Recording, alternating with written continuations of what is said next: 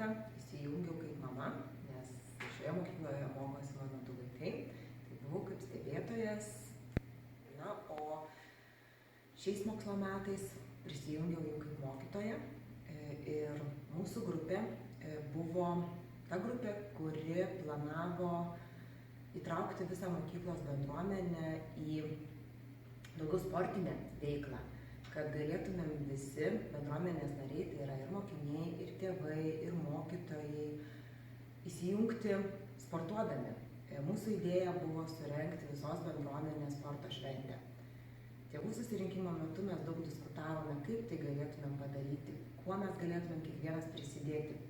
Deja, bet mūsų ši idėja taip ir liko svajone, nes pritrūkome laiko, nes iki mokslo metų pabaigos buvo likę keli mėnesiai ir mes nesuspėjome. Tuomet mes išgvildenome dar vieną idėją, tai yra aktyviąsias pertraukas. Jaunesnių mokinių pagalba ir jų norų judėti, jų norų sportuoti užsikrėtėme ir mes mokytojai, todėl ieškojome įvairiausių būdų, kaip pravesti tas aktyviąsias pertraukas, kad jiems būtų įdomu. Mums pavyko ne 100% tai gyvendinti, o iš dalies tos pertraukos vykdavo, kiekvieną penktadienį ilgųjų pertraukų metu mes sportuodavom, šokdavom, judėdavom. Dėl ko nepavyko? Dėl to, kad mūsų grupėje, iniciatyvinėje grupėje buvo 8-okai, kurie iš pat pradžių parodė didžiulį norą prisijungti prie projekto, bet vėliau pavasariop jų mintis nukrypo į stojamuosius egzaminus kitose mokyklose, į kitų mokyklų pasirinkimus, į geresnių rezultatų siekimo moksluose ir jie nuo mūsų atsiribojo. Taip pat dalis tėvelių atsiribojo, motyvuodami tuo, kad jie neturi laiko, jie nespėja ir kad jie nėra profesionalūs sportininkai ir mums šioje veikloje negali padėti. Taigi teko apsiriboti pradinukų entuziazmo, mokytojų įdėtų darbų, ne tik pamokose, bet ir po pamokų. Ir iš dalies savo idėją įgyvendinti, kol kas tik aktyviųjų pertraukų metu, na, galbūt kitais metais ir perkopsim toliau, ne tik aktyviąsias pertraukas organizuosim, bet ir mūsų išsvajotą sporto šventę. Kadangi tai buvo ne pirmas projektas, o testinė veikla, tai mes su dukra, liaudiškai tariant, pasirašėme. Dėl to, kad turėjau patirties pirmoji veikloje ir jinai man visai patiko, tai galvoju, kodėl neįtraukus ir dukters, kuri yra aktyvesnė negu negu sūnus. Tai mes nuvykom į tą pirmąjį renginį ir pajutom, kad darbo specifika labai panaši ir pradėjom veikti.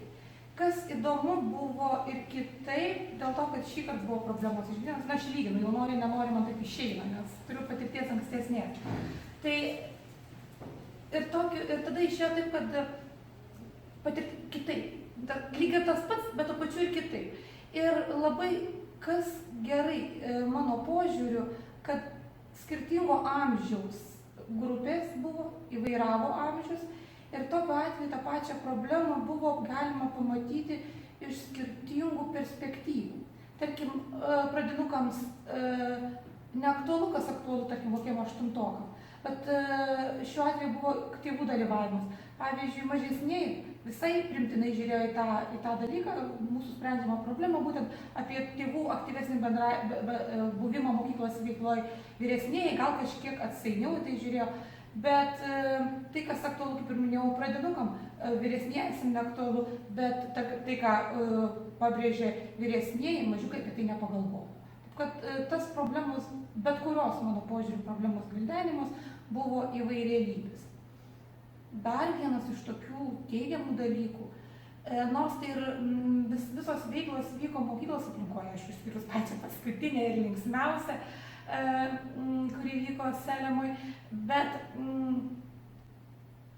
kas tikrai buvo patrauklu, kad vaikai susibendravo ir tos nebeliko diferenciacijos ir tam tikros izoliacijos pagal klases.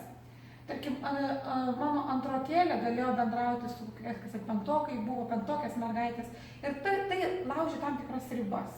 Tokia įvyko komunikacija ir bendradarbiavimas. Ir būtent va šitas projektas, ypač paskutinis baigiamasis renginys, sukūrė tokį įspūdį arba tokią jauseną, kad bendruomeniškumo ir bendros veiklos. Mes visi atsakingi už tai. Mano požiūriu, tai ir yra esminis demokratijos principas. Mes patys atsakingi už save, ne kažkas kitas už mus. Ir tai, juo labiau, kad dar ir tėvai prisijungia, vaikai mato pavyzdį, kaip tai galima daryti, ir jie patikė savo jėgom, kad jie tikrai tai gali daryti. Kad aš esu atsakingas pats už save, jeigu aš nepadarysiu už mane niekas kitas, ir aš turiu stengtis, kad ir man, ir mano aplinkai, draugui būtų gerai. Tai tas projektas, ir čia kalbėti, ko gero, apie materialiuosius dalykus galima paskiausiai. Būtent ta emocija, būsena buvo, ko gero, ta varomoji viso projekto jėga, ypač kalbėčiau, ko gero, apie tuos žmonės, kurie išliko iki pat paskutiniųjų dienų, ėjo į tuos susitikimus reguliarius, siūlė savo idėjas, gal vieni gal kiek vangiau, natūralu, ne visi vienodi, bet būtent tas projektas ir buvo tai, ką būtų galima vadinti tuo pirminiais pilietiškumo ugdymo pradmenimis daigais. Yra viltis, kad tai nebus paskutinė veikla, juo labiau, kad ir vaikai patys pastebi pokyčius ir jie tam džiaugiasi, būtent kai pamato, kad jų balsas yra girdimas, tai jiems jie patys tvirtesni yra ir tada tokiu atveju, tai tas toks ugdymo būdas, kai nėra tiesioginės didaktikos, o yra toks patirtinis dalykas. Kol dar vaikai to nemato. Dabar yra tie tokie, kokios buvo iškeltos problemas ir dabar vasaros metu vyksta rekonstrukcijos kažkokios. Jie dar nemato tų pasiekmių, tai jie dar, ko gero, neįsisąmonina, kad jie turi įtakos. Kad ir mokyklos veiklos, mokyklos aplinkos, infrastruktūros gerinime, jie dar, ko gero, nejaučia. Bet vien ta žinutė, kurią ištransliavo direktorius paskutinio susitikimo metu, kad bus, mes pakėlė tikrai ūpą, kad pagerės, tai kažkas tokio. Ir ko gero, iš tikrųjų, dar keli tokie žingsniai, bet čia turėtų praeiti ne 1 metai. Čia dar keliom kartom atgal, ko gero, reikėtų skaičiuoti, bet turint galvoje, kad reikėtų vykdyti tokius pat projektus.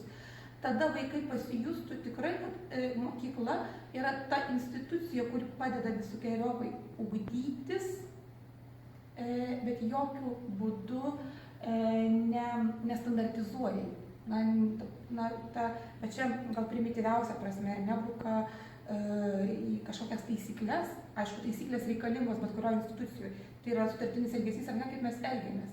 Bet kad ir kiekvienas vaikas, nesvarbu kokio jisai biologinio amžiaus būtų, jo balsas yra svarbus ir jisai turi teisę jį išsakyti. Tai va vienas iš tokių esminių ne tik mokyklos ugdyme dalykų, bet ko gero apskritai ir žmogiškumo ugdyme. Ne tik bendrapilietiško, bet ir bendražmogiško. Tokio, ko gero, kur ir ne visos konvencijos gebėtų, tai visos konvencijos deklaruoja, bet ne kiekvieną kartą yra vykdomas. Tai būtent tos paprastos teisės bent pasakyti jau yra didelis progresas. Minint vietos bendruomenių metus, prezidento gydytojo Kazio Vainiaus metus, 150-asias jo gimimo metinis, progimnazijos bendruomenė nusprendė, o galbūt net užsibrėžė tikslą organizuoti bendruomenę telkiančias veiklas. Progimnazijos direktorius Stanislavas Šimanauskas pasiūlė suvaidinti spektaklį Antano Gutaičio Amerika pirtyje, kurį žiūrovai prieš 111 metų Marijampolėje išvydo Kazio ir Joanos Grinių iniciatyva. Pasiūlymas buvo intriguojantis. Pradėjo kurti aktorių trupę. Ją sudarė mokiniai, mokytojai ir jų tėveliai. Komedija Amerika pirtyje buvo naujas iššūkis, ne tik mūsų bendruomeniai, bet ir didelis išbandymas ir atsakomybė man, kaip režisieriui. Kviesdama į trupę aktorius, daugumos bendruomenės akyse Tačiau buvo smagu prisiliesti prie senosios afišos, o dar smagiau, kai šalia atsirado naujoji, dabartinė šiuolaikiška. Ir prasidėjo repeticijos progimnazijos didžiojoje salėje.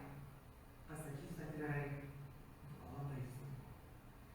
Mokiniams buvo daug senovinių neaiškių žodžių, bet mūsų bendruomeniškumo dvasia nugalėjo. Įveikėme repeticijų sunkumus, drąsinome vieni kitus. Artėjo generalinės repeticijos akimirka, tad vėl būriau naują scenos darbininkų grupę, kurios priešakyje buvo progimnazijos direktorius Stanislovas Šimanauskas. Važiavome į Selemos kaimo sodybą, kurioje ištremtas gyveno gydytojas Stasys Grinius. Reikėjo sutvarkyti klojimą. Įtraukiau dar vieną mokytoją, Birutę. Ji buvo scenografė, turėjo daugybę tą laikmetį menančių daiktų. Spektaklis sutraukė daugybę svečių ir bendruomenės žiūrovų, net netilpo į klojimą. Džiaugiamės, kad esame bendruomenė ir galime būti kartu. Antrą kartą spektaklio Amerika pirtyje trupę sukviečiau atidarant tęstinį demokratinio ugdymo projektą Mano svajonių mokykla. Ir vėl pilna salė bendruomenės narių, svečių, tarp jų režisierius Gytis Padegimas, parapijos klebonas kunigas Dainius Upanaitis. O sėkmės paslaptis labai paprasta. Bendruomenė.